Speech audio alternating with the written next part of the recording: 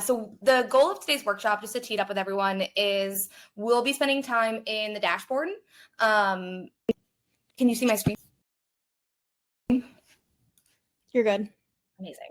So we'll be spending time in the dashboard. Then we're going to head into the butterboard, which for those of you that have joined office hours before is basically a form of an instructional design doc that we're going to engineer a V2 of this MIT training that we're sharing. And then we're going to head back into Opus with whatever time we have to do some building together. So this is another sample of a customer who just recently actually built out manager and training, a 6-week manager and training program within Opus. This is Bricktown Brewery's MIT program.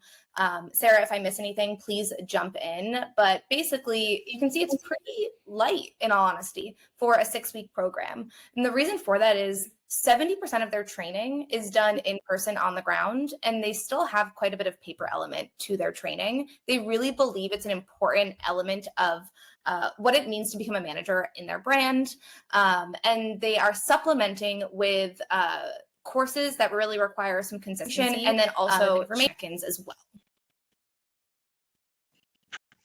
You nailed it, Mel. I don't think I have anything to add here, except I love the way that they begin week 2 with a check-in on whether or not they've actually done the Opus for Managers module that gets assigned to all new managers as soon as they enter Opus. So it's like a good level set.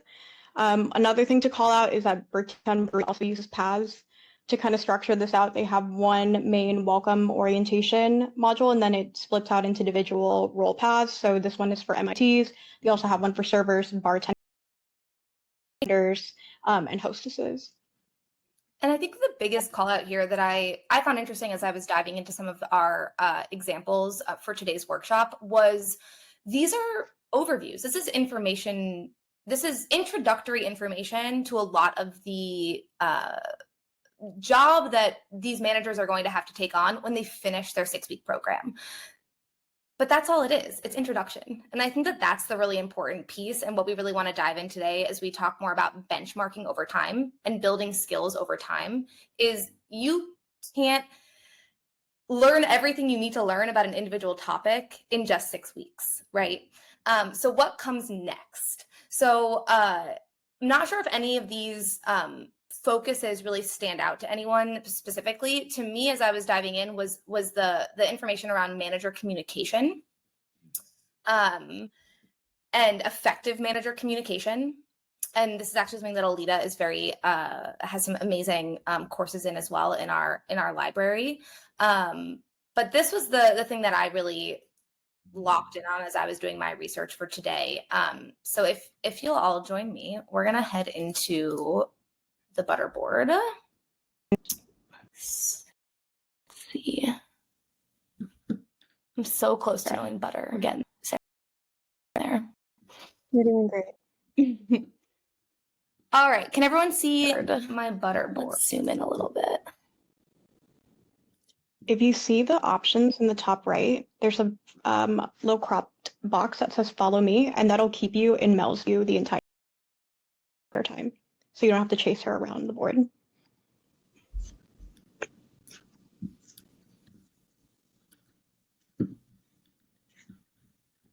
Perfect. Okay, great. So let's go a little bit farther in. Ooh, that's too far.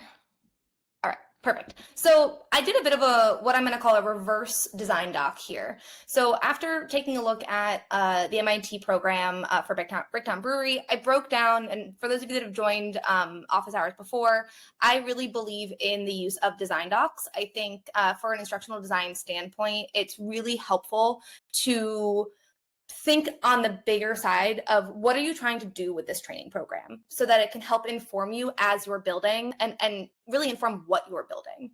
So if we're going to reverse engineer this design doc for Bricktown's MIT manager and training module, I'm going to make some assumptions here, and please add in the chat if you have any additions to any of these boxes. But basically, I'm assuming that the audience here is new managers joining the restaurant. They may have some prior management experience, they may have prior restaurant experience, or they might not. I think it's really important to know who your audience is so you know who you're designing for. So as you all think about the audience of the managers that you're hiring, it's really important. It helps you understand where you can meet them at in terms of their level of just knowledge, right? Identified training gaps. Again, for those of you that have joined us in Butter before, I break these down into 3 main areas: cultural, knowledge, and skill. Cultural, the big training gap here is they've never really been introduced to the brand potentially. If they're brand new managers joining the restaurant, they don't know who Bricktown Brewery is. Knowledge, they need to understand their role and how to do the job. Knowledge to me is the what and the how. And then skills is the actual doing, right? That's where our check-ins come into play in the use of skills. And then the goals, we have that module description function in Opus, and it's a good place to start thinking about what the overall goals and what does success look like for the module. In this module, Bricktown Brewery wrote, this is their welcome to manager and training module. Complete all these courses to learn what it takes to become a Bricktown Brewery manager. But usually the goal is a little bit bigger, right? It's after 6 weeks, this manager should be able to run opening shifts on their own. Get really specific. You want to be able to, at the end of their training, be able to match it back, right? To, can they achieve this? And if not, why? Was it a gap in training? Do we need to focus more in a different area? Whatever it might be. And then the training methods. So for this one, for Bricktown Brewery specifically, it's a lot of in-person, a lot of doing, and then you have those courses as well, just a handful of courses that were more show and tell. Anything that stood out for you all, either just with a quick overview that we did at Bricktown Brewery on the audience, identified training gaps, goals, or training methods?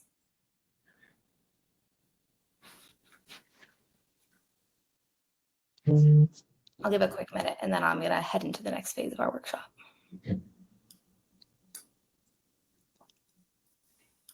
I just want to echo that the more specific you can be, just to echo your point, the more specific you can be as the outcomes that you're looking for, the easier it is to build your program out.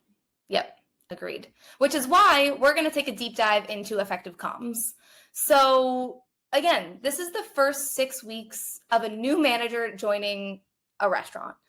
What's next? Their training does not end, even if we want it to. It does not end at 6 weeks. So what I thought would be a fun use of today's session is thinking about how we can grow a manager's effective communication skills post their 6 weeks of training, of their MIT training. So what comes next? And this is the part where I highly encourage active participation, and I'll do my best to leave gaps to give everyone time to either write or speak up. But this is the same group of managers. We just went from, you just finished 6 weeks of training, and now what next? We want to grow their communication skills within the restaurant. Who's the audience? And I've pre-filled out a little bit of this, but right, the audience is, they're new managers, but they've now been in your building for 6 weeks. So their needs and understandings of Bricktown Brewery or, your business are different. They now understand your brand. They know who you are. They understand the priorities, or hopefully they should in those 6 weeks. They got education into the teams that they'll be leading. If your restaurant has training stores where a manager is doing their training outside of the location where they're going to end up being stationed, they might have to go learn a new restaurant now as they get transitioned or transferred to a new store. So that's also something to really remember as you're designing the next phase of your training for this manager. Anything else about the audience? It's the same group that just finished a 6-week MIT program. Anything that comes to mind, though, of how this audience has now after 6 weeks learning your MIT program?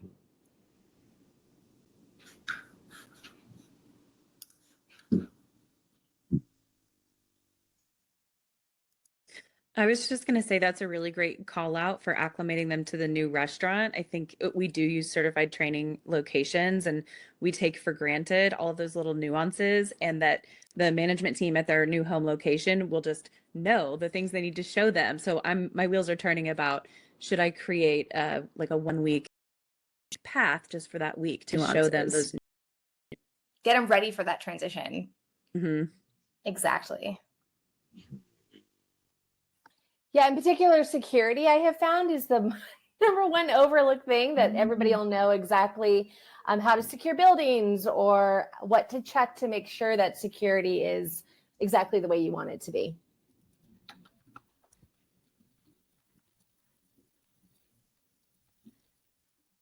In terms of effective communications, I'm just like building better baseline, to Sarah's point from earlier in the workshop, talking about the roles and responsibilities versus leadership training, right?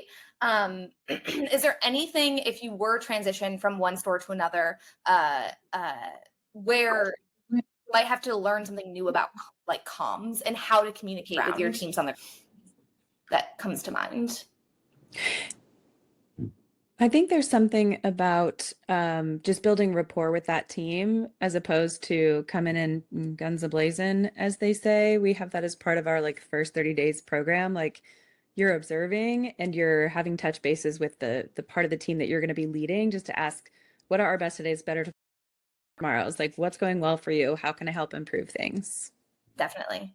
It might be the same culture of the business, but the individual location could be different, right? If you're in, Kim, I know a lot of your restaurants are down, or I know you're based in Austin, but the culture of a building in one major city versus a suburban area can just be different. How you treat your guests a little bit differently, just expectations, the hours of operation, right? Change. There's so many different things when you move someone during training in one location and then place them in another, where they just might need some help getting acclimated. Sorry. Me to scroll. I'm really big on communication checklist or communication strategy checklist. And one of the things I find for new managers is a tendency to either be nervous about giving feedback to a new crew or to kind of go hard on the feedback with a new crew. And so one of the things I've seen to work really well is kind of one-on-one meetings for the new manager with the general manager, kind of shadowing, where we talk about feedback, where we kind of get permission to give feedback in the moment and how you like to get feedback, so that new MIT or that new manager isn't, if you will, to get feedback in the moment. If I may add to that, I was just thinking about our transition training. Communication for opportunities. You do want them to add value to the location, but no one's perfect. And so we might see the bubble where in training, everything's perfect. Whether the building, facilities are great, the team is tenured to get to a new location, but they may not know the opportunity might be the whole service team is green compared to production team. It's fine tuned, or they already have building opportunities are in work order. And so it's that fine balance of when and how do they communicate opportunities and not trying to nitpick. And then all of a sudden you have that friction and unhealthy tension. But just what's the chain of command for communication? What are the opportunities? So they already know, hey, it's being worked on. It's okay. And then where can they add value? Where it's a fresh set of eyes. And we do want you to say something, and we're open to it. It's a really good reminder, Whitley. Thanks for adding. I think especially the fact that depending on how that training goes, you're in that bubble. And I think that can sometimes be how training is. It's why I love the fact that I have an operations background, because it's the reminder that operators will operate. Even if we have the most perfectly built out training program ever, operators are going to just operate. And I actually do give a lot of our recommendations to our customers when they're building to remember that as they build out modules in Opus and add parameters, add time releases, things like that. There's pros to that, but then there's also just the reality of the business. And how do you design training for the reality of the business? I think it's a really important call out. So I think, oh, go ahead. Oh, sorry. No, I just wanted to add context that, if you've just completed your MIT 6-week training, like, you'll have training wheels on, you still, for lack of a better term, but you're still kind of fresh off of the heels of like having a lot of guidance. So how much hand-holding do they really need? Also, trying to think of like, this is a new leader stepping into the organization, so you're trying to build confidence at the same time. Good call out for the audience, Sarah. I think specifically based on what Alita was mentioning and a couple others is this skill of giving feedback is something that really stands out to me. You're not going to learn this in your 6 weeks of MIT program. You're just not. This is not, you don't have time, right? Again, if we go back to thinking about what an MIT program is for, it's introductory. It's getting acclimated. Giving feedback and truly receiving feedback it is a skill developed. Takes us all of us can continue to develop that. So I think that this is a really interesting focus as we get ready to jump into Opus to do a little bit of building. With that, if we had we're trying to fill a gap and that gap being giving our teams giving better feedback, what are some goals that we could set? Again, get specific, throw them in the chat, speak up. Give me 1 or 2 goals that after the next benchmark of training, we would want our managers to be good at this after some additional leadership training on giving feedback or receiving it.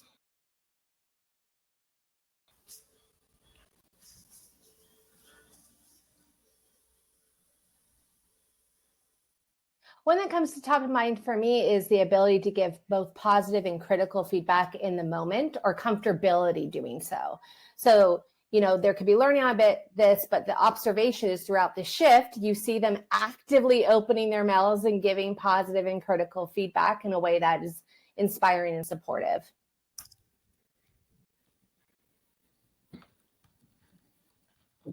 Another one that comes to mind is that no feedback is actually a type of feedback. And I think they're new, they're fresh out of training, they have training wheels. But just letting the guys know, especially greener leaders, you choose not to give feedback, you just created a new habit. So that is the type of feedback. That is, drop some knowledge, Whitley. That was good. Yeah, that tacit approval, right? When they see somebody doing something wrong and they don't say something, we're actually giving that tacit approval that is okay. Yulissa, I agree with you. When to give feedback to. So to that point, Whitley, if you're just not giving any, what does that mean? But also, when are you giving feedback? Very important. I think these are 3 very good goals that go together. So we'll kind of hit with that. And again, this is where if these goals don't align with what you're thinking, you want your managers to know at the end of a second phase of training around giving or receiving feedback, think about what it means to your brand and what is important about feedback with that. And this can help you start to design how you want your training to look moving forward. So training methods for this. How would you train managers just in general on this? What are some different methodologies that you would use or you have used when training your managers on giving feedback?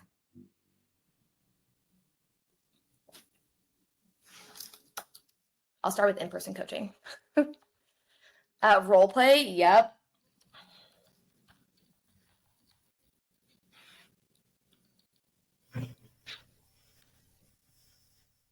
I think you have to go outside the box a little bit with training. Please. I think a lot of times when we're training managers in the retail space, we get away from what the programs we say we have are. In other words, if we talk about food safety, we're really training them to be able to help out in situations where it's necessary to have extra labor put in there because they're weeded. They are behind with getting orders out. I think that, and I'll speak for myself and our company, I've been pushing this for several years, that we've got to train to what we say our programs are, and teaching how to drop chicken tenders in a fryer basket. We know it's going to take 6 minutes to cook. I think is really secondary to what we should be really training our managers to do. I think if they have a better understanding of food safety, health and safety, the risk management piece of it all, the legal piece, they would be more apt to run the business better because they understand where the company is coming from with regard to how they run the operation through their their culture. They understand the whys and the context, to your point, Todd. Yeah, absolutely. Yep, I agree with you. Backing it up a step, right? Yeah.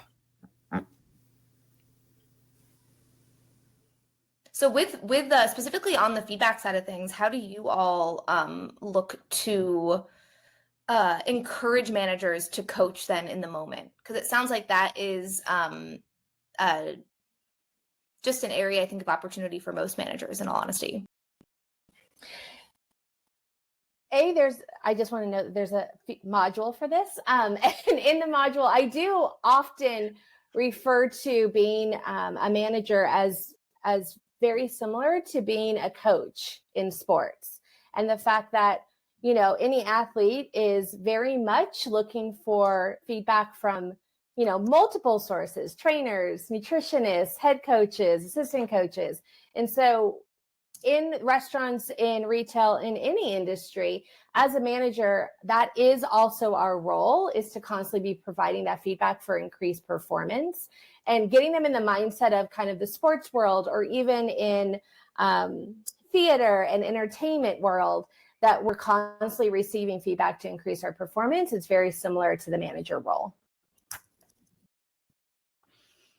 I also just want to note one more thing, which is, so I think, Todd, what I'm hearing too is that teeing up that context and the whys, I think, is really important. And then also reflection. I think we don't give, I used to sit in my car for 6 minutes after every shift when I would get home and just reflect on the day. It was actually one of my favorite parts of my day. And I know someone just laughed. Oh, thank you, Sarah. It was Sarah laughing at me. It was how I would end my day before kind of walking back into the house after, you know, being in the restaurant. And I don't think that we give managers enough opportunity to reflect and to really think about how a situation went, how they may or may not have had a great conversation with a team member, why, what went well, what didn't go well. And so the reflection piece, I think, is really important.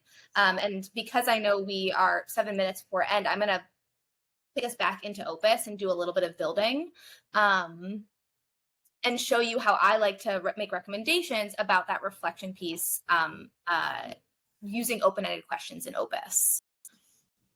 How do I, there we go.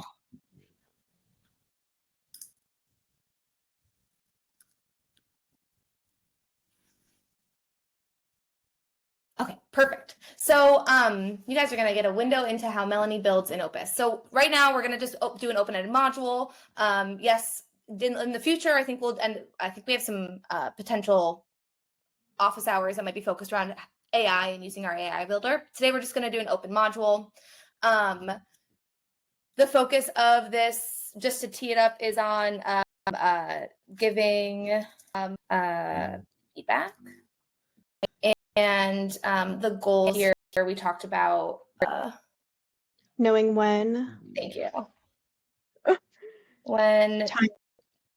knowing, I think I said knowing when to give feedback, knowing knowing why to give feedback, right? And not just not doing it.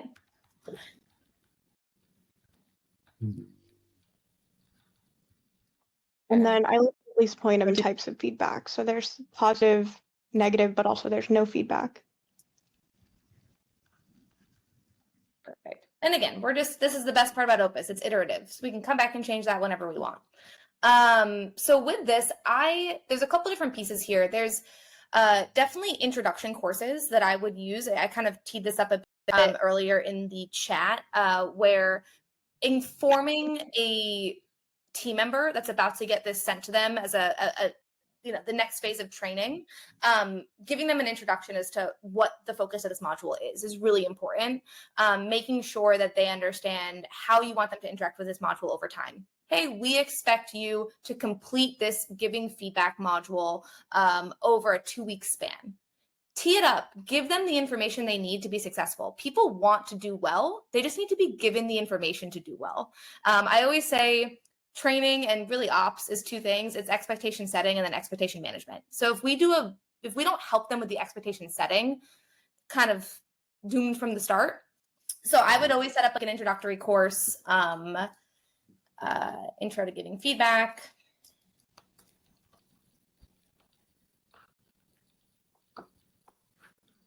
module will take you, again, 4 weeks to complete. And I would tee this up with learning objectives. I'm a big fan of, again, letting them know what you want them to take away at the end so they know what good looks like.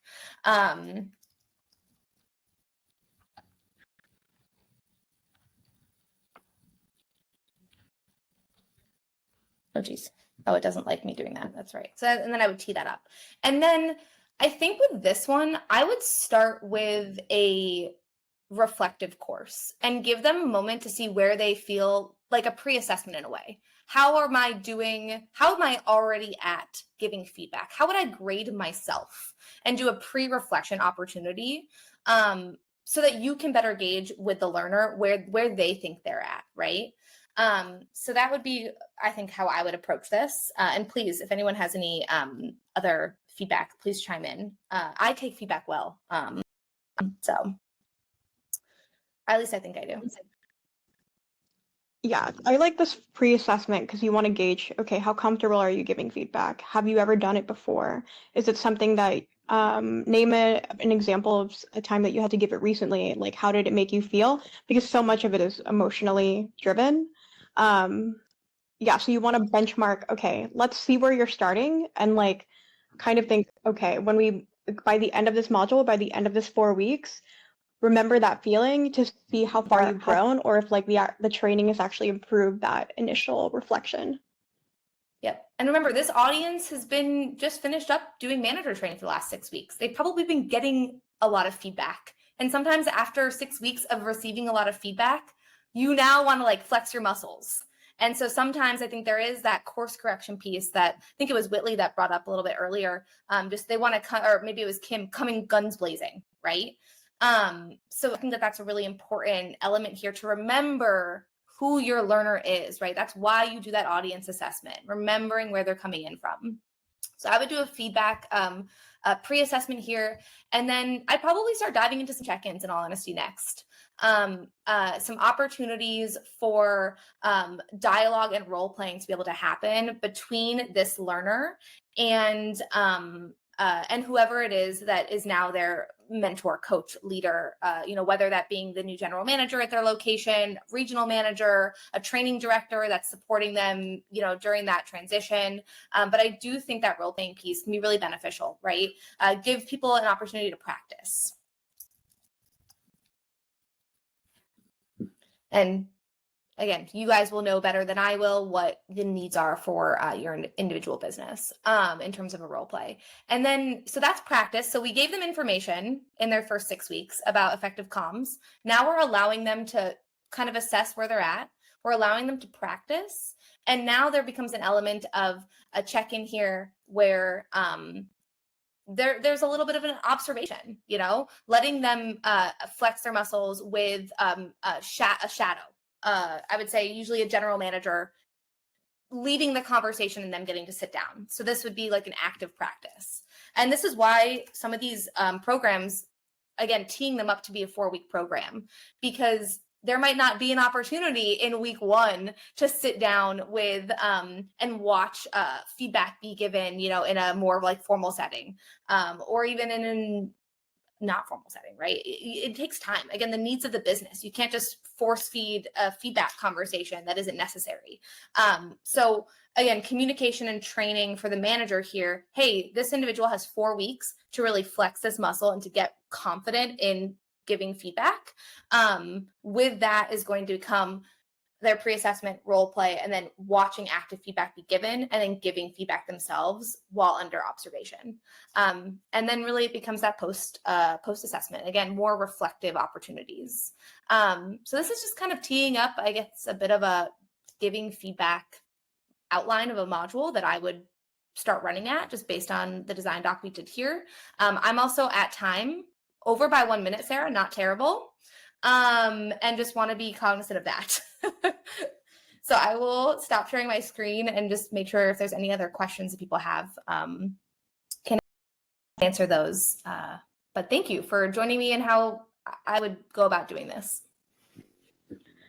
Cool. Okay, so I just popped into the chat. I want to say we're at time again, but we do have until my calendar's clear until the hour, as Mel says. So if anybody has any questions or if I want to open the floor for discussion, if any of this is new to you or if any of this is against you in one way or another in terms of how you would build your MIT and Opus, is that something that, what thoughts have crossed your mind? I'm curious.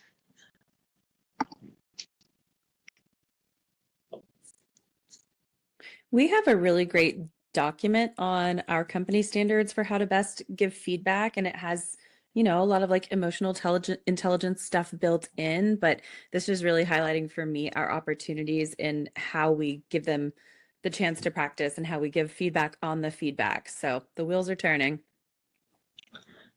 For sure. And also the kind of ongoing aspect of it. I think it was Cindy who emailed me a question of like, how do I benchmark these and separate out by 30, 60, 90 days or 4 weeks or whatever time frame? And the format that Mel just showed could be like 3 different sections in one module spaced out over time. And it's just repetition. You know, going back to the analogy Alita had about an athlete, something I always think of is like we always see the final performance, but what we don't see is like the 100 attempts or 100 practices it took to get there. So making sure that there is that dedicated time to just check in. And I also think from Life's Food, all of it was rooted in check-ins. They have like very sparse course material because really what they're trying to use the manager training as a vehicle for is to make sure that one, standards are set and people are actually adhering to them at their locations, but also that they have the opportunity to connect with their managers one-on-one and be like, okay, how are you performing? How are things going? Are you feeling comfortable? And also, do you want additional? Is there something that you feel deficient in that we can address? It's all about that practical standpoint. And I think what I like about the open-ended question use and these kind of pre and post assessments and that reflective time too is not everything can be done synchronously, right? Let's be honest. Your manager should hopefully only be in the restaurant 5 days. And sometimes you only then overlap with the rest of your, I know, fingers crossed. And then you're really only overlapping with your team 2 to 3 shifts a week, if that, right? So how do you also allow opportunities for that asynchronous work to be done? They're going to be building muscles while their GMs or their training lead is not in the building with them. That's great. So how can they use times to fill in these open response questions, be critical of themselves, give themselves, you know, have that moment for them to sit down and really think about things and then chat with a manager, right? Because those answers to those responses save in Opus. And a lot of the feedback we got in our last office hours was trying to make this a little more Opus specific. So I can also give you non-Opus specific recommendations as well. But I think that that's one of the things that we got some feedback on last time. So really trying to make it and show you all how to use the tool in some different ways.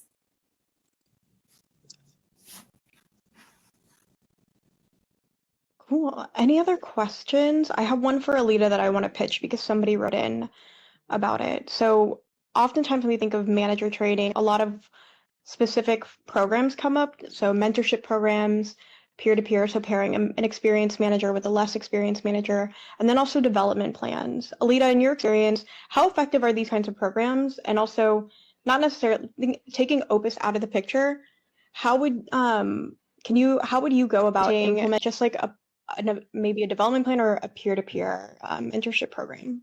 Yeah, I've seen mentorship programs work really well as long as there's the buy-in from those that are going to be the mentors. So if there's not, then that will fall apart very, very quickly or becomes a waste of time or an added thing on their plate. So the buy-in part, I think, is really, really crucial for that. For me, with the development plans, I think, you know, to piggyback on what we've been reviewing, the clarity of that is what's so important. If we can make sure that the person that is being developed feels like they're a driver in their development, feels like they know exactly what they need to accomplish and where they're going, I find these to be really, really helpful. If there's any secrecy or unknowns about it, I find that this tends to fall off or people don't pay as much of attention. So the clarity is what I would kind of consistently enforce and make sure that they are the drivers, that they own their development to an extent and they know exactly what's needed in order to reach their goal.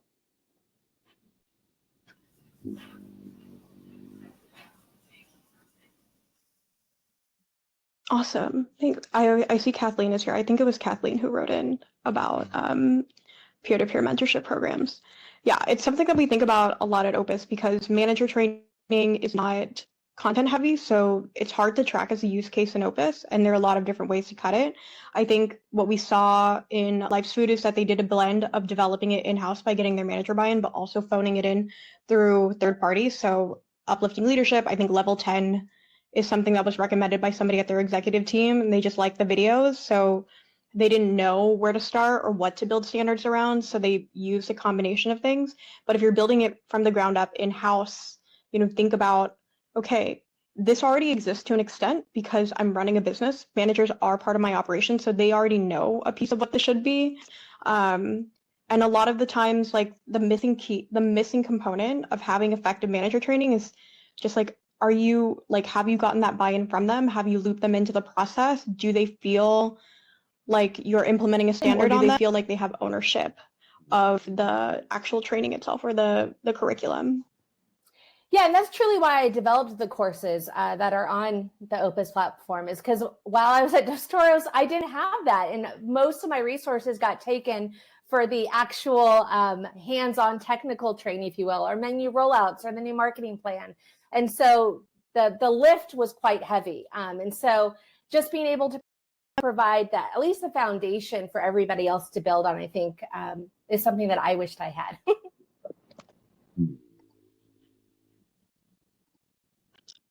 Awesome. Okay, well, I'm gonna just quickly close this out. If you have any other questions, you know where to find Mel and I, and also I guess Carmela here too, if she is your lovely customer success manager.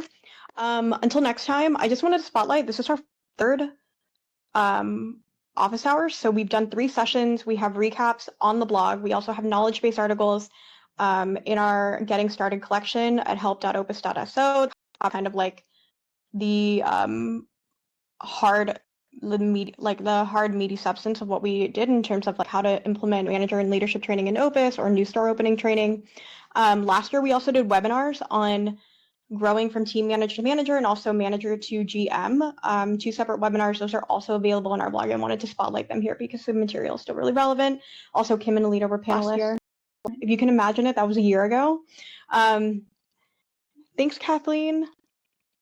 And then for Q2, we are covering AI, training consistency for task management. If you're part of our task management beta, this topic should be no surprise.